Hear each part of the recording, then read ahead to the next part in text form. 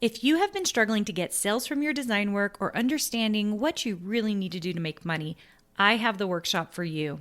On September 23rd, I'm hosting my first ever Profitable Designer Workshop.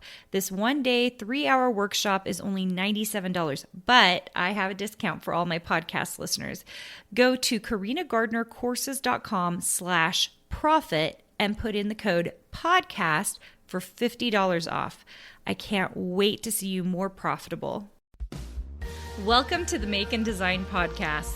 I'm your host, Carina Gardner. On this podcast, we're unraveling the everyday joys and dilemmas of design, making, and business. For makers who want to be designers and for designers who are makers, this is your inside scoop to help you grow your business and bring more creativity to your life. If you are one of those designers who has been making tons of design work, okay, first of all, kudos to you, because one of the most difficult things I find is pushing people to actually create the artwork, okay? So if you're doing that, this is the episode for you because you need to move to the next step, which is making sure that you are getting the experience a designer needs to further their design business. Okay, so what do I mean by experience? What I mean is that you are creating all the artwork, you've got tons of design work, but you aren't actually either getting a contract with it, which you guys know how I feel about contracts. Contracts are great. They're for later in your career, or you haven't put it online somewhere, whether it's your own shop or in different marketplaces online, or you're not doing the freelance work to help you with that design work and get the experience needed. These are the things like actually working in the design space with manufacturers, with digital shops, with online outlets or resources, or through actual clients. When you get those kinds of experiences, you become a well-seasoned designer. And what I am finding is that designers, there are several steps, right? The first step is the designers who just want to become designers, and so they're not even really calling themselves designers yet, but they're not really making enough artwork to justify being a designer, right? It's kind of still just a hobby. Step two, the designers who are making lots of artwork. Some of you are here. You're just making. You're showing it on your Instagram feed. You're doing gorgeous stuff, but you aren't actually making any money. Okay. And you're not making any money because you're not in the marketplaces or doing one of the three things I just told you: contract, online shops, or freelance work. Okay.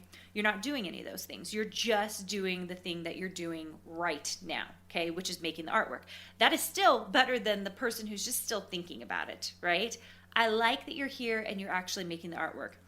The hardest leap I'm seeing is that leap from making the artwork to selling the artwork.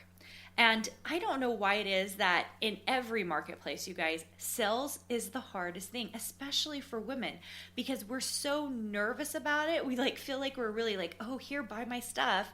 And it feels very like, oh, are we the used car salesman? And I'm here to tell you that if your artwork is wonderful and good, and some of you do have beautiful artwork, okay? Beautiful artwork, and you are not finding ways to sell it, to get it into the marketplace, the person, you're doing the disservice to two people: yourself, right? Because you're not making any money and this is still a hobby, and two, the client out there who would love your artwork. There is someone out there who would love your artwork. They want to use your artwork somehow, some way. There's so many ways they can use it, whether it's the SVG file or it's the printable.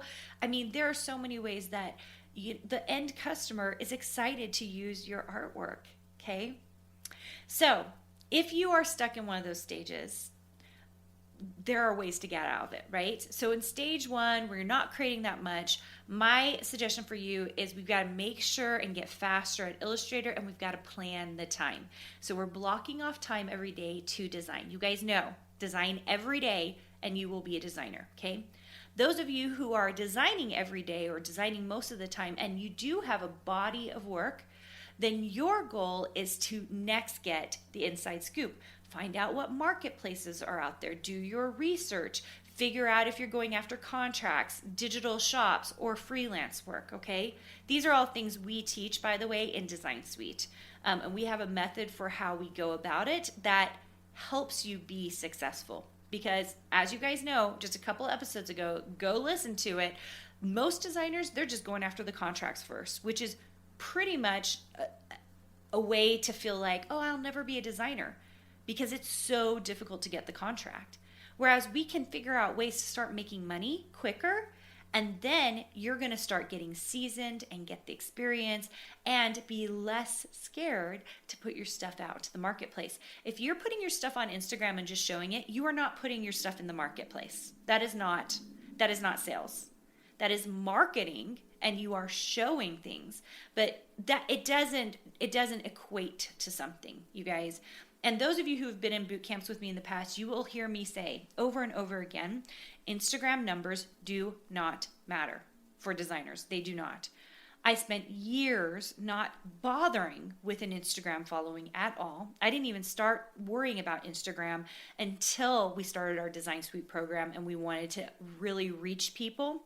Before that, as a designer, I made so much money just designing. Why would I spend all that time on Instagram?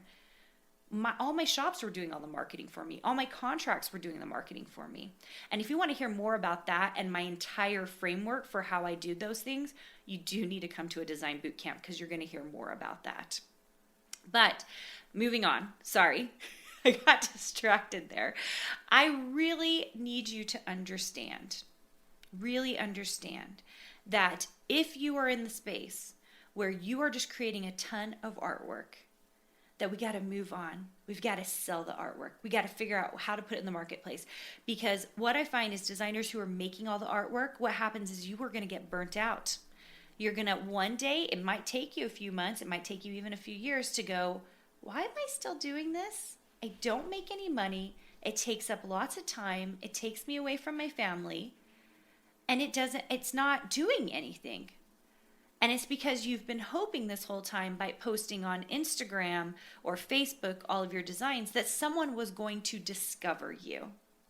That's what I find. People think that they're going to get discovered. And the truth is, we have to do the hard work ourselves. You think you've been doing the hard work by just designing, but that is not the hard work. That is the lovely, wonderful work. You're doing the design work, okay? The hard work is finding the places where your stuff will already sell, finding great distribution. And it is the thing missing in 95% of design businesses that think they are running a design business. 95% of them, you guys, maybe more. Because every time I look around and I talk to so many designers or people who are getting into it, their mindset around this whole thing is, if I just make the stuff and I post it to a social media platform, I will be discovered, or I will find the contract, or maybe I'll email a creative director once a year and just try to see if I can get something, okay? That is a terrible strategy for success, you guys. And there are ways that we can be successful, but that is not it. That is not the way to do it, okay?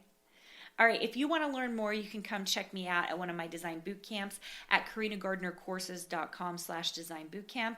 I talk about this all the time, and I'm talking about it because I want designers to be hopeful about their future. And so many times I'm running into designers who are feeling like they're stuck, that they're struggling.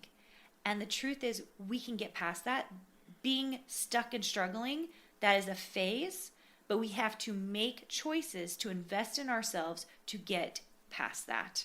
And we have to make some mindset changes, which is sometimes the hardest part, about what we're doing. Because if we're unable to change our mindset about it, then we also cannot change our current financial state and the state of our design business.